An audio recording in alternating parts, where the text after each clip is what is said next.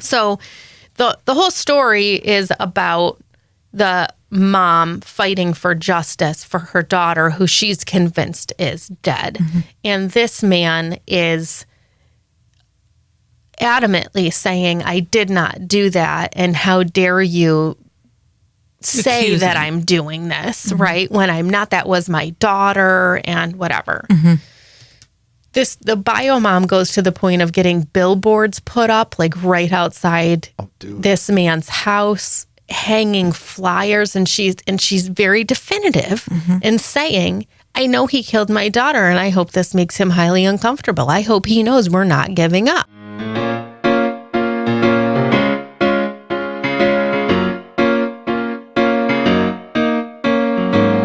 Hey, it's me, Erin. Thanks for joining us on the More Love podcast. Do not tell Rebecca, but this podcast is about empathy. She likes people to think she's dead inside, but the truth is she's a big-time feeler who has truly helped me uncover that empathy is my superpower. Oh, here she comes.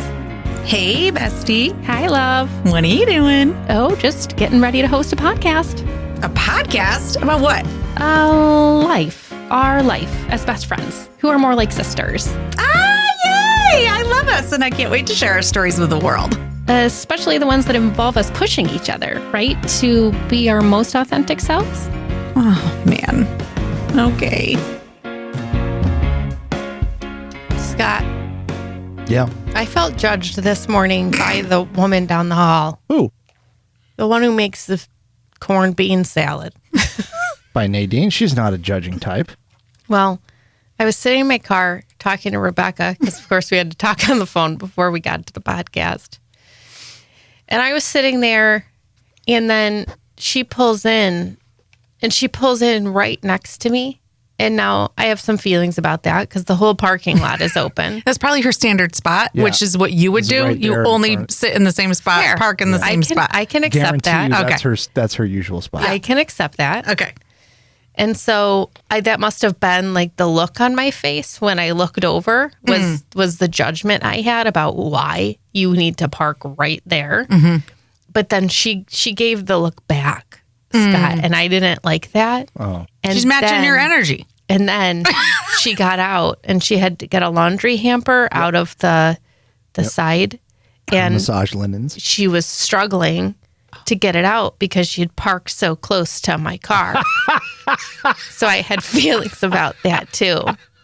But I felt like almost like I parked here because this is my spot, and now I'm annoyed that I can't get my linens out. So hold on a second. Wait. So I'm trying to think of the parking spots. Did you park in the handicap spot? No. Okay. Next to it. Not that anyone could tell if it so was. You parked in her spot. You parked in my normal spot. I'm not parked in my normal spot today. Oh. And then she parks next to that. So yes. So yeah, she parks. That's her normal spot. Well, then don't park so close to me. Or maybe the face was confusion of why Scott wasn't there. Okay, that could have been it. And then she's pissed because she brought a bunch of food. That could have been it. Why is this blonde hussy in Scott's spot? Yep. And then she's probably like, is she the bitch that cackles? Yeah, right. Which one? She can't figure out which she's one. She's the cackler. Which one I know of these it. Loud bitches is that? I know it. I know she's the cackler. You don't look like a cackler. No. I look like a cackler. Cackler? Yeah. Cockler? You look like a cockler? Yeah, you're a cockler. Cocksmith? But I gave the eye, and then she gave the eye back. And then she was annoyed that she couldn't get her own laundry basket out. I mean... So I just needed to bring that up so I could put it to bed. Should we, after this, should we go in and see your park job, or are you confident that you... don't talk about her park job. Excuse me. Yeah. I'm sorry. We have videotaped her park jobs. I can't. Question, I'm sure. I can't. How long have we been working together? Slide rule out. Let's ask Erin what she doesn't do well. Okay? Because the list of what she does do well is so long. We can only attend to the list that doesn't do well. The parking's not on there. You know who can't park? Me. Parking 100% is not something that goes in the column of things I can't do well. Silly me. Jeez, Scott, we've been working together for years now. We don't, that's parallel funny. Parking. I know, but we haven't sat in a parked car yet together. So yes, we have. Have we? Yeah, for Rebecca's birthday. On my outing. Yeah, but I was in the car, so I couldn't see how well you parked. Oh, you mean side-by-side park jobs. Okay. I don't know. So I just wanted to let you know that happened. I had to get that out of the way. All right. Well, I got something cool to talk about today, I think. Oh. I don't know. You got to start us with some hippie voo. You want to do it now? And then we'll see if it has anything to do with with what we're going to talk about. With what we're going to talk about. This is a new card. It's the Two of Pentacles, and it's a fox who's lifting barbells with his hands and his feet. Okay. Yeah. Both. Yeah. Okay. So the Pentacles, I had to look it up. Two of Pentacles. Two of Pentacles. And the Pentacles means it represents Earth. So it's the realm of health, wealth, and manifestation, which is interesting because when you called me, we were talking about money. Mm-hmm. And I just shared a story with you about the people that I was with this week are super into health. And I just want to manifest all amazing things in my life. And you talked about a $200 steak that you ate. I did. I did. Actually, it was $185, but I just rounded it up to $200 because I'm assuming someone else paid for the steak. Oh, yeah. Honey, Mama brought snacks in her bag because she can't even go to the Chick-fil-A. Okay, Two of Pentacles. There's an empty, abandoned day planner out there somewhere, and it's got your name on it. The Deuce of Discs. What? You hate these cards. I hate them so much. The Deuce o' Discs asks you to maintain balance by juggling many different balls, duties, and chainsaws. Do whatever you can to keep your busy brain from scattering and manage your time with some good old-fashioned to-do lists. In the face of this much responsibility, mundane tasks become just as important as the main events. Congrats on the Nobel Prize. But did you put the laundry in the dryer? Funny story. Do you know how we had, speaking of to-do lists, do you know how we use those flip chart large pieces of paper to do things? Yeah. Well, the other day, actually, it was not last Monday. Last week. It was the Monday before. So, because I left last Monday to go to Texas. The Monday before, I took all of my scattered ADD lists and I put them together and I created columns on one of those sheets. Huge piece of paper. Not only that, but then I associated Monday, Tuesday, Wednesday. Like I even created here's what I'm going to do during these chunks of time, right? Okay, yeah. Through all these things. Yeah. And I'm writing in my normal sized Handwriting. writing. On college ruled notebook take up, paper. 5 lines. Yeah. No, it's little. Like I'm writing the normal. Okay. The thing is full. I wish I still had it. The thing is full. Get to the end of the week, getting prepared to go to Texas. Not one thing is crossed off. Not one thing. Not one thing off the list. Do I rip it off, fold it all up, and put it in my bag to go? Oh. Sure do. Okay. Sure do. Okay. Get to Texas, and we have a working day when we're there with the whole team. And I was like, all right, everybody, here's what I have to do. And I pull out that big ass list. Guess what? You did one thing? Nope. Because I was doing a live event. I did all of my standard, but then I have to be in the room to be available, whatever. I knocked out the whole thing. Wow. Over the course of 3 days. Wow. Do I have 30,000 emails in my email with more things to do? Absolutely. Yeah, right. But I got all that stuff done. That's the worst part. That was a big deal for me. Wow. Because normally I'm doing what we need to do right now and not getting to all the back stuff. And you still didn't have a feeling of accomplishment when you got to the end of it? Not even close. I know we talk about that all the time. That's a weird ADD thing. Aaron says to me, don't you feel great when you check things off the to-do list? I said, absolutely not, because it just gets filled up with more. There is never a sense of done. Never. Not for me. I will do something, realize it wasn't on the to-do list, write it on the to-do list, and then cross it off just to get that sense of accomplishment. Yeah, I don't feel that way at all. In fact, I've already started a new large to-do post-it note. There was a lot of things that happened in that card. One, it was talking about fitness. Two, it was talking about money, which, as you said, were two things we talked about. And I see that it was talking about laundry, which brings up what happened to me in the parking lot that we were just talking about. That's right. It's all tied together. A lot just happened there. Oh my gosh, that's funny. What's her name? Nadine? Scott. Yeah. Oh, Nadine. Okay. See, it's hard for me I can't take sides in that situation because I'm close with Nadine. So this is not a personality flaw. No, I know. I just, when you know how it's difficult when two people you like have some sort of a whatever it is, some confrontation or conflict, and No. you're like, oh. No, I don't. Who's right? You both made the same face. Jeez. You both like this. I think that is probably the universal response to what you just said. Like everybody, you take 20 people and put in a room, and 19 are going to make that face. Even a dog would make that face, I think. No, just tell me who's right. I'll tell you who the right person is in the situation. Let me know what it is. Did I say you were wrong? No, but you can go look at my parking job and let me know. I don't have to look at your parking job. I do not have to. Compared to mine. I don't even think I'm in the lines. All right. I think I'm over 2. She's I think I took up 2 spaces. Yeah, right. She's parked like this. Yeah, just She's perpendicular. I also have zero concept of how long my front end is. I think it's way longer than it is.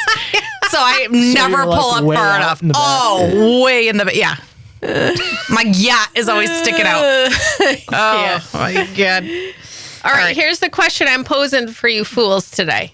Okay? Is empathy ever stupidity? Is empathy ever stupidity? Scooby doesn't know either. And I'm going to give you an example from something I watched last night. I have a gut reaction. Oh, you do? But I'm taking a page out of your book Oh.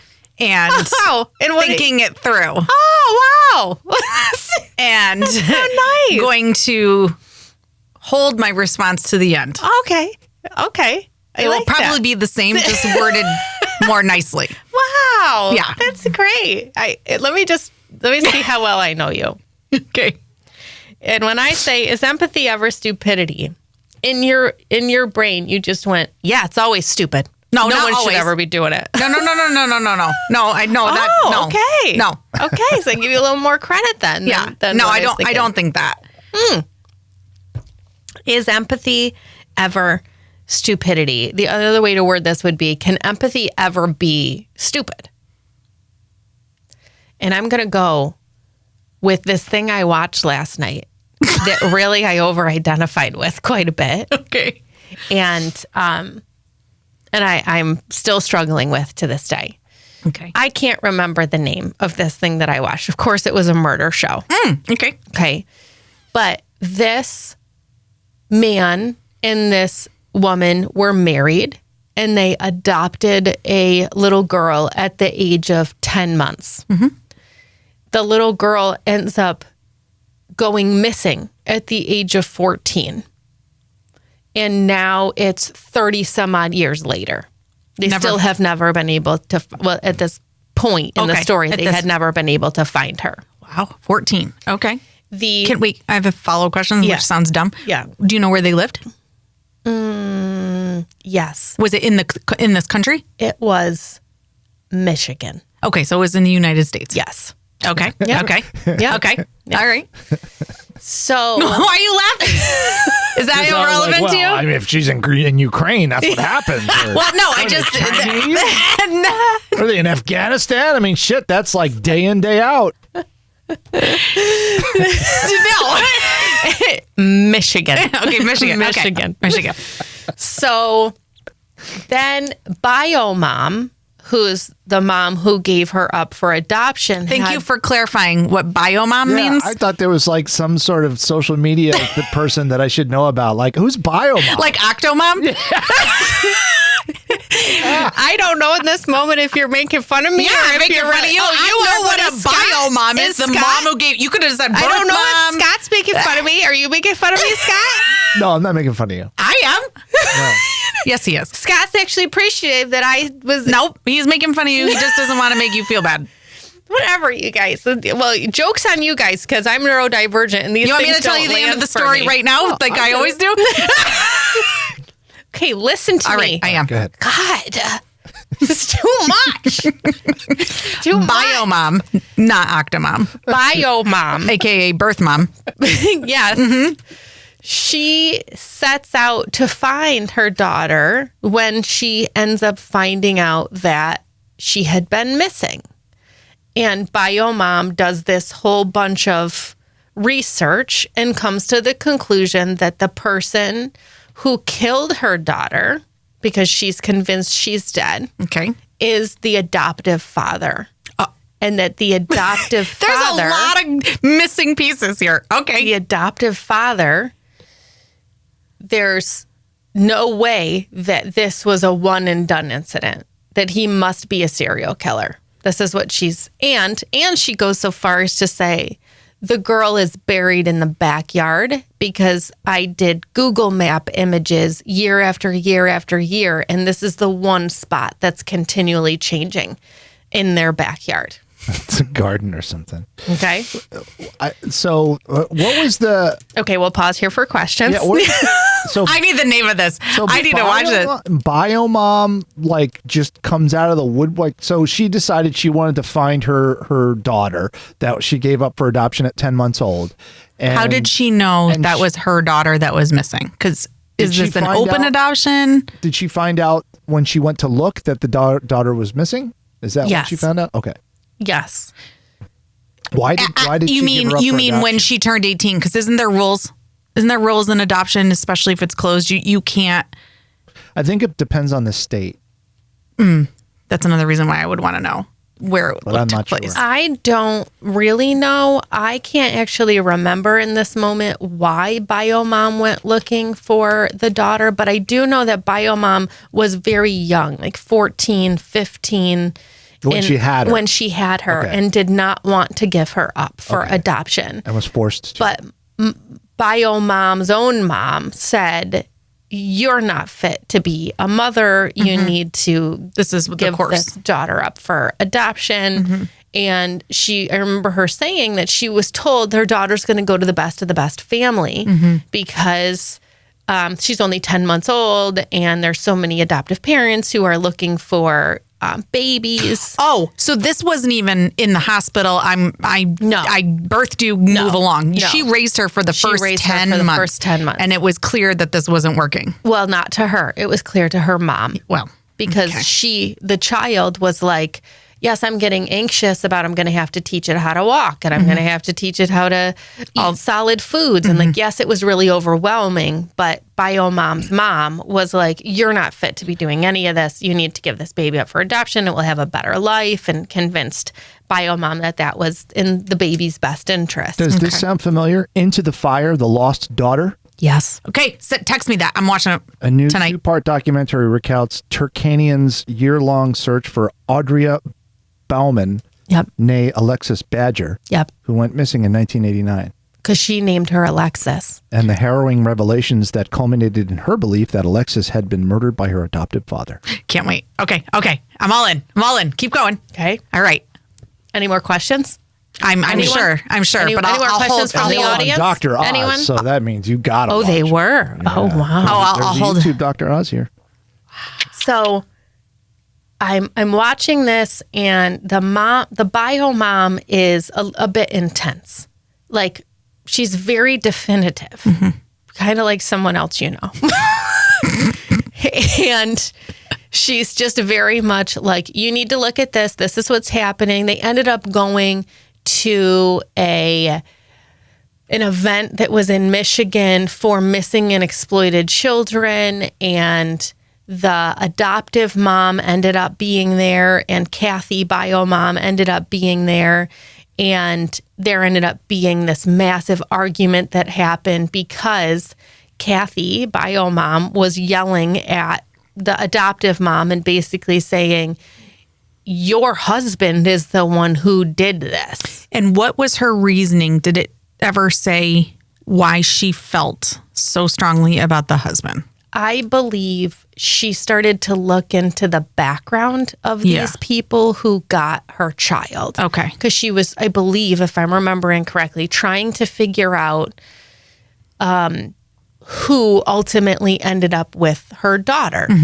And this man had been in prison previously for attempted, it was assault with attempted intent to murder. So of this a was not a younger formal child. adoption. This was the parents gave him to anybody. No, I think it was a formal adoption, which is what made this so crazy. Bio Mom was like, how are we letting You're not doing these background people checks? have, if you've done any type of background check, you see that this man's been in prison. You see that this man has a past assault history. Wow. You see that this man had the assault, I believe, was on a young child. Like, what the hell are we doing here? So she started to be like, nope, all of this is just making way too much sense about what was really happening. So the whole story is about the mom fighting for justice for her daughter, who she's convinced is dead.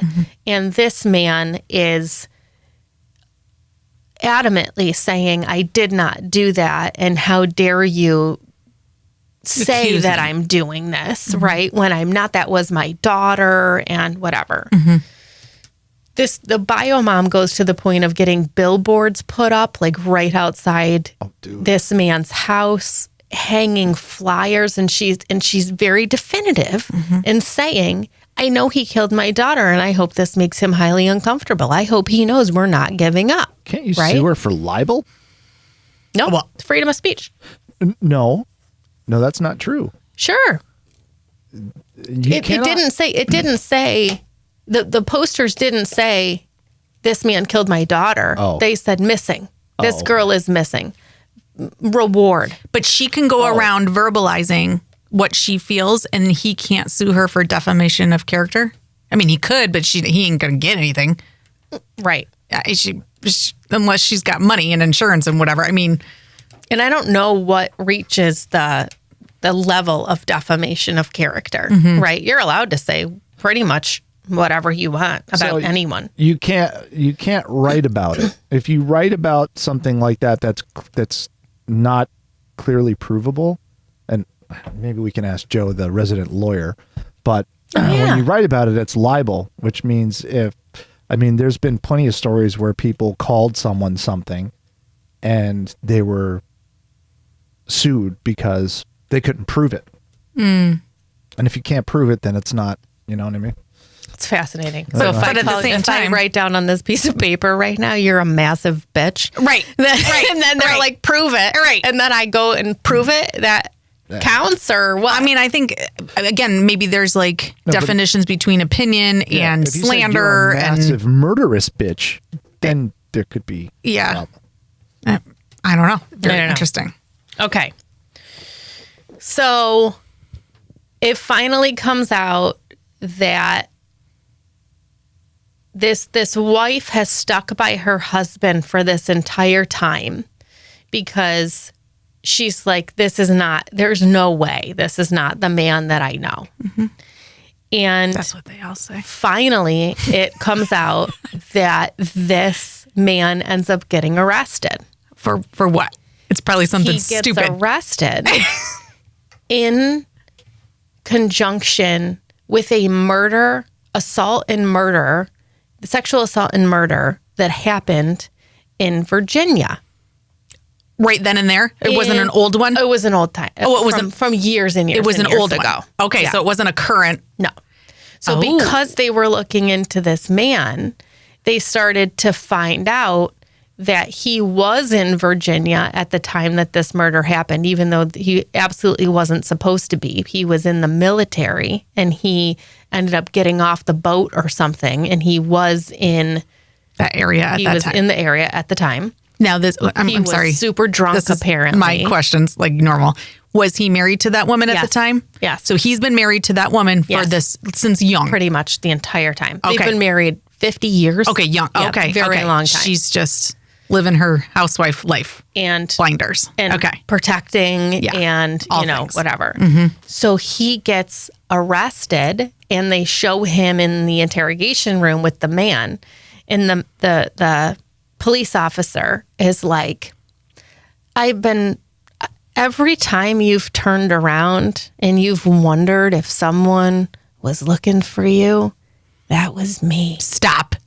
That He was says it in me. the It's so something you would and say. The guy, I know. That's why I loved it. And the guy's like, I don't know what you're talking about. He's like, that breath on the back of your neck. Stop it. When you weren't sure if we were getting close or not, that was me. And it's just for this And one guy, murder. This guy's like, what the hell are you talking about? And he is like, you know why we're here. You've been waiting for this day to happen for 30 years. And he's like, and I'm going to end it for you. I'm going to end the wonder about when that day is going to come. Because that day's today. And now he's in his 50s, 60s. Like Oh, yeah, this man is. he's not, because it's been 30 years. He's got to be late 60s. And at this point, the child has been missing for Still missing. how long? So if that was 1989 when she went missing, he was caught by this breathing fire. Biomom? Police. Police officer. In what year? Like 2019? I think they all happened at the same time. So then 89 is when she went away. Oh, the murder happened. The original murder happened, I think, maybe like a year or two before the girl went missing. Oh. So he was an established father. The Virginia murder happened first. But in that time, within a couple years. So he was in the military, active military, when he was raising a teenager. I don't know. Or this was like when he was 18. Okay, because these are clarifying questions that would make a difference in my mind. It's all getting fuzzy for me right now. It's getting fuzzy. Okay, it's fine. Because all I want to talk about is empathy stupid. I know. And I don't know the details in the middle. Okay, it's fine. It's fine. I'll watch it. Because I also am like scrolling my phone and eating chips while I'm watching this. And so that was probably a time where I was like filling up my Gatorade or something. Okay. I don't know. Okay. But within a certain amount of time, these things had happened. Okay. And then 30 years go past, and now he's being called into the interrogation room for this murder of this other woman. I want to call her Kathleen. Okay. And his story is essentially that he was drunk and he thought maybe they had some money laying around. And so he went into the house and thought the house was empty because there were no cars and there were no lights on. But when he got in there, the woman who was in the bedroom started screaming, and he had a pen in his hand to try and open the window lock and had somehow shoved the pen here, because he shows under the right into the rib, and that ultimately she ends up dying. And the guy is like, nope, that's not what happens. And so they end up then revealing that this woman had been brutally stabbed 7 or 8 times. Not with a pen. No. With a knife. Okay. Yeah. It just terrible things had happened to this woman. She had also been sexually assaulted. Oh. All of this stuff. They found his seminal fluid on the comforter. Oh, yep. Okay. So part of how they discovered this was through the genealogy, right? The criminal genealogy thing. DNA. Yeah. So that's ultimately how they ended up bringing him to justice, was through that process. Wow. So his wife, okay, so now they're in the room, and this man's wife gets brought in and gets told, your husband is being charged with the murder of this person. Kathleen. And that it happened this many years ago. There was also a sexual assault. And she says, that's not the man I know. That did not happen. And she's continuing to be like, no, there's no way, and he's continuing to say, no, I didn't do this. And then they're like, well, we have DNA evidence. And he's like, the story that happened was I went in there to get some money, but that was it. Like, I definitely didn't kill this woman. And the wife is very nothing to see here at this point, right? And I found myself being able to relate with that at that point. Like, you just found out that your husband sexually assaulted someone and murdered them. You didn't have any indication of this. You've asked him probably a million different times and it didn't happen. Then he said it didn't happen, right? So I'm with her in this moment where she's saying, your daughter went missing and she's still with him. Yes, because they've been searching together for her. Right. Okay. I'll hold my comments to the end. They're searching together for her. And he's been very clear he didn't have anything to do with that. Okay. But then you got Kathy over here Right. who's like, nope, just so we're clear. So she now finds out he's getting pulled in for this other murder. Yeah. And her response is, well, it's just not time yet. Just not justice for my daughter yet. But it'll come out. It'll come out. Give it time. Oh, this is Chirper. This is the biomom. Yeah, give it time. Give it time, Yep, right? Yep. So this woman, I can relate with her at this moment because she's not believing that this is really happening and that this is not, there's no possible way that this could have happened. Okay. So it then starts to come out more that they know that he killed his daughter. And they need to get this woman, the wife, to be in the know about the fact that he has killed his daughter. Time out. Legit killed, or they're convinced he's killed? Convinced. Okay, so at this point, there's no body, there's no evidence, there's no nothing. Right. So, but this is the police feel we need to get her on our side because the only way he's going to confess or give any sort of indication that we could nail him is by you doing the quote unquote interrogation. Participating in some way, shape, or form. Got it. Absolutely. So she ends up, they end up saying, I know you want to stay in Michigan and you don't want to be extradited to Virginia. You're going to serve the rest of your life in prison for the murder of this person. And we don't make you any promises, but if you tell us what happened to your daughter and you get closure for your wife, then we will consider keeping you in Michigan so that you can at least see your wife, right? Because Easier. she's in her 70s, Yeah. you know, she's not driving to Virginia, right? Yeah. If she even wants to see your ass. Right. Well, that's what you would think. Well, right? So she then decides that she's going to ask him questions, and he just continues to say, no, I did not. No, I did not. No, I did not. Well, I've been looking for her for this many years. I don't even know if she's gone. I don't I don't know what you want me to say. I didn't do this. So the wife starts to say, he didn't do it. He didn't do it. Like this was our child. We loved this child. Somewhere in the mix here, he decides, get my wife in here. Bring her into the room. And he says, you better have the cameras rolling. The wife comes in and he says, honey, I killed our daughter. She was in our bedroom and she looked like she was about to leave. And I said, you're not going anywhere. And she said, yes, I am. And I hit her. And she fell down the stairs. And when I went to the bottom of the stairs to check on her, her neck didn't look right.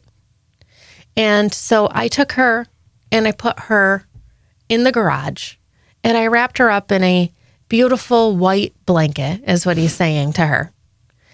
And I left her body out there for a little bit while I called in and said that she was a missing person. And then I went to the extent of sprinkling cinnamon and cloves and all these other different smells all over the white tarp, the white sheet that I wrapped her up in. And then I buried her in a beautiful cemetery plot next to our house. And I couldn't tell you because I couldn't break your heart because we've been looking for her for 30 years. And as long as you still had hope that something didn't happen, then I couldn't take that away from you.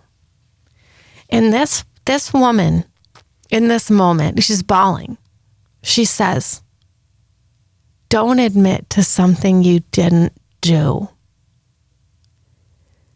And he says, I did it, babe. I did it.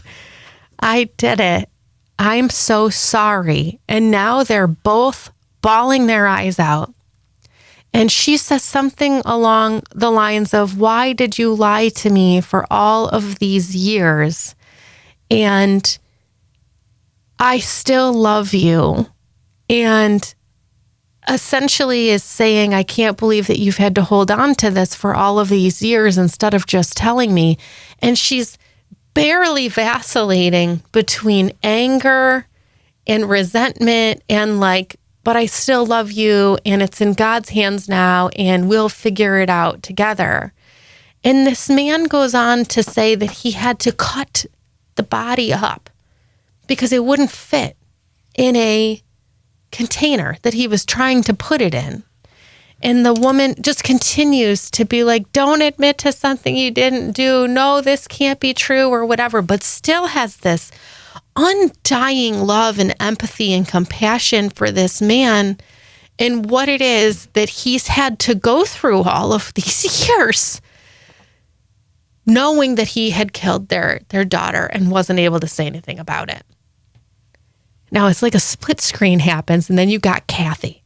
Kathy comes in, you fill Kathy in on what's gone on, and Kathy's like, what an idiot. I can't. She's losing her shit. She's just like, these people are fucking certifiable. I can't, whatever. Yeah. So ultimately, he ends up admitting to the murder of the child, the murder of this other woman. They're all the police officers are all very clear that he has murdered other people because that first murder with the 7 stab wounds was not the first time he had ever murdered someone. Okay. He's murdered people. He's been lying to his wife the entire time. And I can't stop thinking about this woman. And it just brings up for me, can empathy ever be stupid? Because where does empathy and compassion and like commitment and devotion and seeing him as a human that you've known for 50 years and knowing that he's done these really horrendous things, when is it appropriate for that to stop and for the anger and resentment and I can't believe that you did this and like more empathy for the daughter and what the daughter had to go through.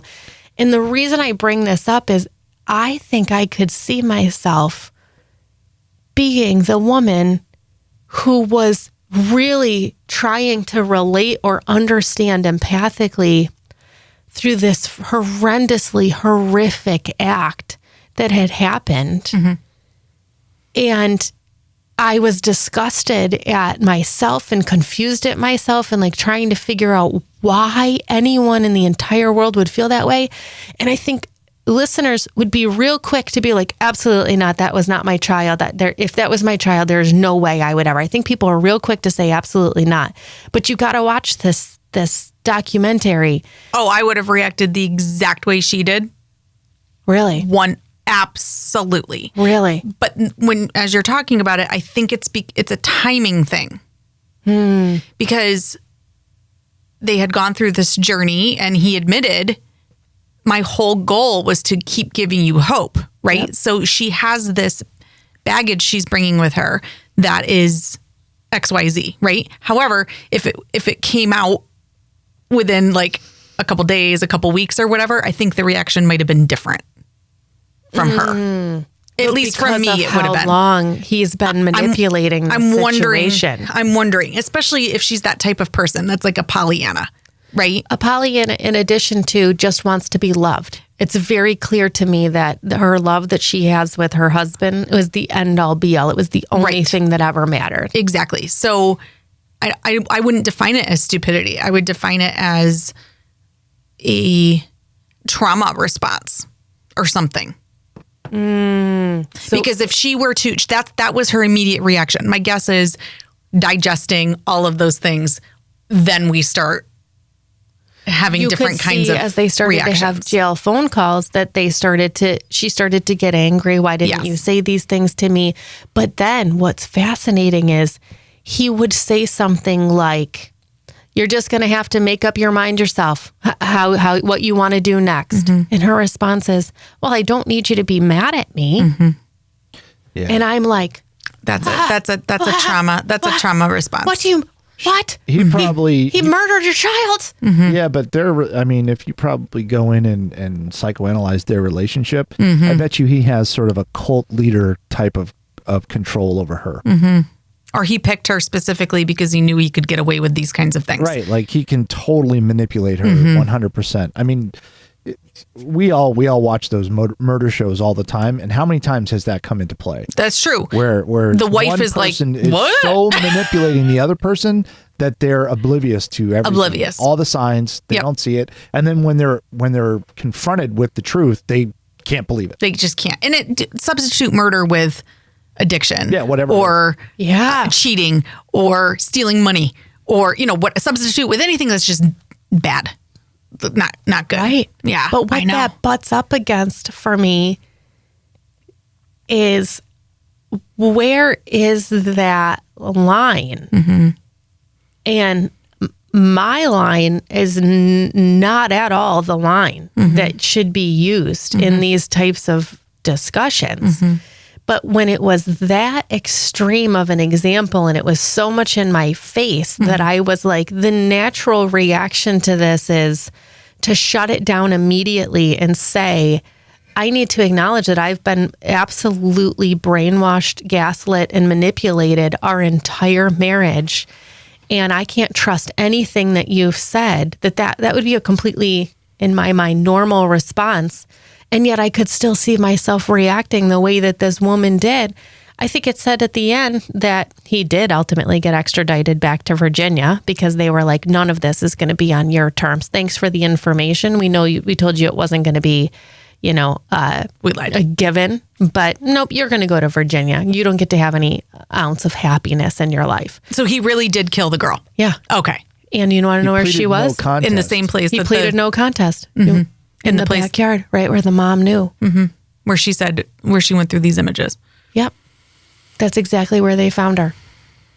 And the bio mom had to give the DNA sample to confirm that it was officially her daughter. And it came back 100% certainty that's who it was. This kind of tells a little bit of a story about the Michigan authorities, how they probably shouldn't have let this go, because I was reading a little bit while you were talking, and there's a story in a paper there where she had accused him of abuse.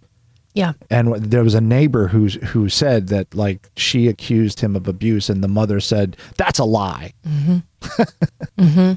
So it was there. And the fact that was out, and the authorities, I don't know if it just ran into a cold case and they couldn't prove anything and it just stopped there, but that's kind of weird. But that's what's interesting, is everything has to be run by policies and procedures, right? Like, I can't just go up to somebody of authority and say, I think something's going on at my neighbor's house. I have suspicions, I have whatever. And then they have to run it through their policies and procedures and whether or not they can do anything about it. So that's what's scary. We're trying to do good in the world. We're trying to do all these things. And then people in authority are kind of like at a loss, because they can't just knock on a door and do a wellness check and go through all their things, because you have to have a warrant, and then you have to have a warrant for this, that, and the other. You know what I mean? Like, they need it's really scary, right? They can't just dig up their backyard unless they have whatever they need to have that justifies digging up their backyard. A woman coming and saying, look at these images. Like, I don't think that's enough reason. And that's really sad, because that really was what it was. How many times do you hear that? And then the opposite is also true, right? I don't always believe people are healthy enough to go around convicting people of things that are necessarily true. So now you've uprooted someone's life and their backyard, right? Just because someone had a hunch that they thought something was happening, right? So from both perspectives. Right. And then that's where it becomes, oh, well, now it's slander. Now I'm going to sue your ass. Like, it's really, I don't know. But when it comes to this empathy and stupidity piece, would you ever call what had happened there stupidity? Would you call it naïveté? What would you call it? It's definitely not stupidity. I wouldn't call it stupidity. I would call it manipulation. It's emotional. I don't know. It's definitely a psychological, emotional thing. But do you have any empathy for that man? I have zero empathy for him. This is where I struggle. I do have empathy for him, and then I hate that I have empathy for him. I have empathy for people sitting on death row. Yeah. I hate that I about feel myself that too. way. Yeah, me too. Yeah, I can't. You can't relate. I can't relate. I'm like, not. The empathy for the fact that he had to live with this his whole life. Like you feel bad that he had to. It didn't seem to bother him too much. This is going to sound real screwed up. I bet you whatever you're going to say is exactly. You can articulate it better than I can because it's not about that. What Scott just said for me. It's not like that for me either.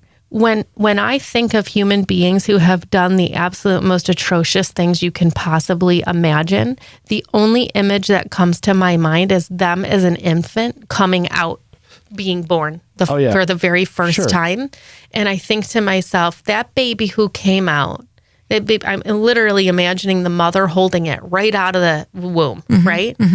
That baby, in my mind, was not born as a serial killer, right? Which may or may not be true.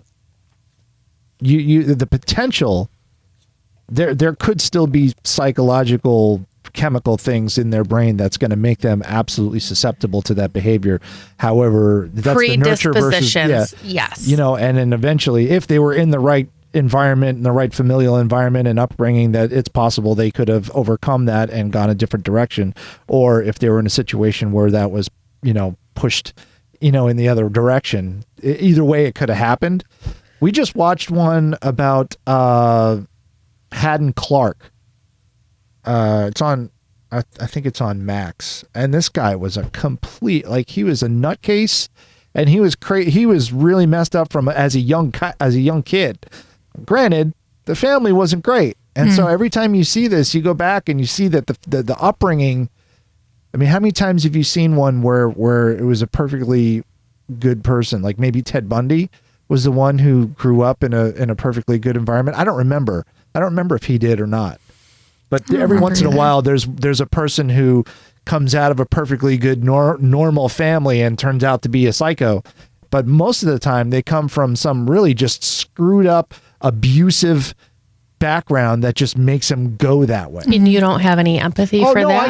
I do. But I'm not saying I have empathy for the acts. I do not. No. That is not the human. That. But it's that part for me that I'm thinking about this man and I'm thinking about what he's talking about. And, at one point he says, I just got off the boat and I was wound like an 8-day clock. Right. And then he's having all these feelings and these emotions and whatever it is that's going on for him. And that was not the first time, but that was the time where he went into this woman's house and ended up killing her. I have zero compassion or empathy for what he did with that. But when I was watching his wife and hearing her say things like, you wanted to give me this hope, I can't discern whether or not that's just massive manipulation or if that's a really bad coping mechanism on his part. If he genuinely thought at the end of the day, I did this terrible thing and I do have some feelings of remorse about it. And it's human nature to be like, well, I can't admit to having done that. But what I can do is, because I love my wife so much, keep making sure that she has hope that maybe someday this girl will come home. I know how effed up that sounds, but it is that's the empathy part that I have a really hard time. I believe that. I believe that he wanted to continue to give her hope. I don't necessarily think that that's right or just. I feel like that's a convenient thing for him to say to try to get that empathy from people like you. I don't. Maybe. I don't. But how does one discern that? That's the crux. That's the crux. You really can't. Are there just people that are gonna be like me and are gonna fall for that a lot more, and there's people who aren't? So what differentiates those people? And we've already talked about how it's very likely that this guy's a big time manipulator, and he's probably. A lot of these people are very, very smart. They're very good at analyzing and well, they're also sociopaths, which means they don't really have emotions. Right. They don't have, which is why he can hide. Like I keep thinking, how do you have the straight face and have these, right? How do you convince someone? My body chemistry, my face, just the flush of it, it can't hide it. You can't hide things that aren't true. And to keep up the facade for so long. Maybe that's it. Maybe that's it. when you are a highly, highly, highly empathic, caring, and loving person, it is almost impossible to understand any human life that lacks or is void of that. I cannot imagine for the life of me what that would feel like. And so maybe that's me or others who get manipulated putting that on these people because he was very convincing and he was bawling his eyes out and he did seem and act like he genuinely had care and concern and remorse. And I can't for the life of me understand how someone could do that and also not feel it. Right. I can't, it is unfathomable for me to differentiate those. And that's what I hear you saying. Is I can't differentiate if I see a woodchuck on the side of the road that feels like it's struggling, you're going to see it throughout my entire body. This is the dumbest example, but Sawyer got to bring home her computer from school and they have like this Minecraft subscription or whatever, so she can do Minecraft, and she's so excited. She's showing me her house and all that, and then all of a sudden she goes, "Oh my God, Mom, there's a dog." There was a dog in the Minecraft, which looks like a Lego, and it was in the water. And she and I are like, "Get the dog out of the water! Get the dog out of the water!" She got the bone, she got the dog out, it jumped back in and drowned, and we both were bawling. It's fucking Minecraft. It's a fake ass thing. I know. We can't get out of our own way. I know. I know. But that's the dumbest example of how it's on. And then both of us are in the bathroom the rest of the night because we can't freaking get our shit together. Right. Literally. Right. That's the dumbest thing ever. But it's so accurate. Right. Which is why if there's even a tinge of offness between us, I'm like, I got to tuck it out. I can't function. I got to. I know. I can't do it. But does that over-identification of empathy... So I'm hearing you say, both of you say, no, it's not stupidity. It's just needing to own at the end of the day that those of us who are so incredibly emotionally connected are more likely to be manipulated. And in addition to that, with the people who mean the most to us. Yes. Yep. I if that was my neighbor or somebody, I think it would be a different reaction. And that is a difference between the two of us. It wouldn't for me. Right. It could be someone I met in a bus. Right. And that it doesn't end for me. It doesn't, there's no bounds around that empathy and that care and that compassion. And if you show me the tiniest little evidence that there's some remorse, there's some sense of humanity in there, I will grab onto it like the last M&M in a bag, and I will just, I won't give up on it. Will be. Let's clarify. Let's clarify. That doesn't mean you don't believe in punishment, appropriate, recourse, any of that. It's just your emotional, empathic response. Yep. Yeah. And join us next week when we talk about the second part of this. Okay. Which is empathy a trauma response? Because I'll answer that immediately. You're saying that, as you're saying that, I'm immediately thinking, that's not okay. And where is that coming from? And why is that happening? And let's not keep saying what a beautiful, noble thing that Erin has all this grandiose empathy for random strangers and people who do terrible things, and she can always catch on to that humanity. But what happens if we start to reframe that into empathy as a trauma response as opposed to empathy as an act of nature of caring deeply for others? Stay tuned. Stay tuned. Here's my affirmation card. I know that I am the only one who determines what is and isn't right for me. I am the final say. Those freaking cards. I'll never murder anyone. Thank you. Thank you. Because I can't sit there and be like this to the glass. Oh, I can feel you. Gotta go. Gotta go. And Rebecca, when you come to visit me again, you have a collect call from Erin. Oh, Rikers. shit. I'm playing board games with my family. Damn it. Erin's calling. Hang on. I got to give her 20 minutes. She's going to tell me what they had to eat again today. Meatloaf again? Good. Good for you. I loved that. Me too. Isn't empathy amazing? Well, we're amazing. I don't know about all this empathy stuff. That's fine. I accept you wherever you are. Oh, God. I love you. I love you too. And if you love us, please like and subscribe to More Love, the Power of Empathy podcast, wherever you get your podcasts. See you next time.